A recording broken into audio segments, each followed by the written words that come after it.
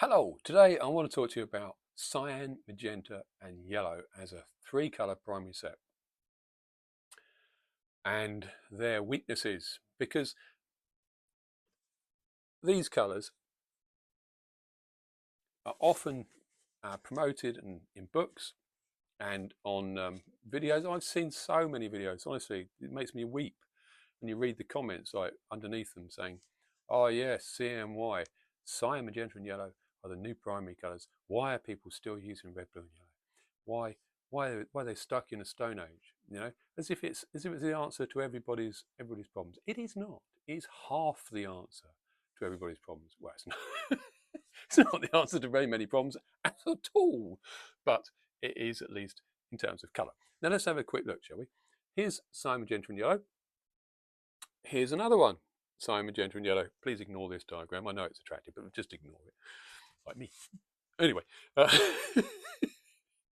so we've got a warm magenta there, a cyan, and a warm yellow. This has a red bias, and this one is much closer in terms of bias to red than this one here. This is a cool magenta, and this, let's see over top, is a cool yellow. This is a greeny bias. Okay, so immediately you realise there are more than one cyan, magenta, and yellow. Look, there's a whole range of them.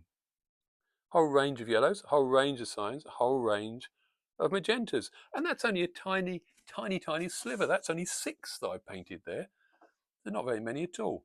Oh, obviously got paint, wet paint on one of those diagrams. Oh, bum. Anyway, let's have a quick look, shall we? What happens when you pair them? Now, here is a warm magenta and a warm yellow, and that's created a reasonably passable red. Great news, yeah? And it's the green's kind of okay, but the red in here is going to be desaturating it, so you're going to lose out on the green. So what if we pick a cooler magenta? Yay, great.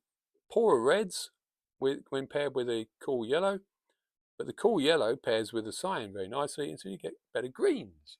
So you've got one colour's better, one colour's worse. One colour is worse, one colour's better.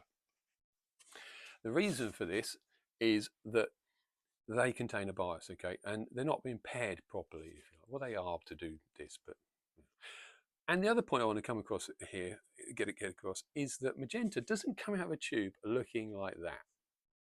Okay, when you see in your books that cyan, magenta, and yellow are the new and more scientific way of pairing primary colours, then it's usually with a diagram that shows a pink like this.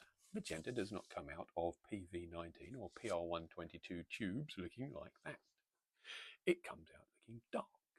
These have had to have white added to them in order for you to see them as magenta, as a textbook might suggest. So, what is the answer? The answer is to use a diagram like this. Not this one. Stop looking at this one. You can't not look at it now, can you? It's a diagram like this, where we have yellow, green, cyan, blue, magenta, and red, which make grey oranges, grey greens, and grey purples because they are matched adjacently. You need 6 primary colours, not 3. Cyan, magenta, and yellow are fantastic at half of the spectrum. Red, blue and green are fantastic at the other half of the spectrum if paired correctly. There you go. Hope that's useful. I ranted too much. Entirely possible I did. Who cares?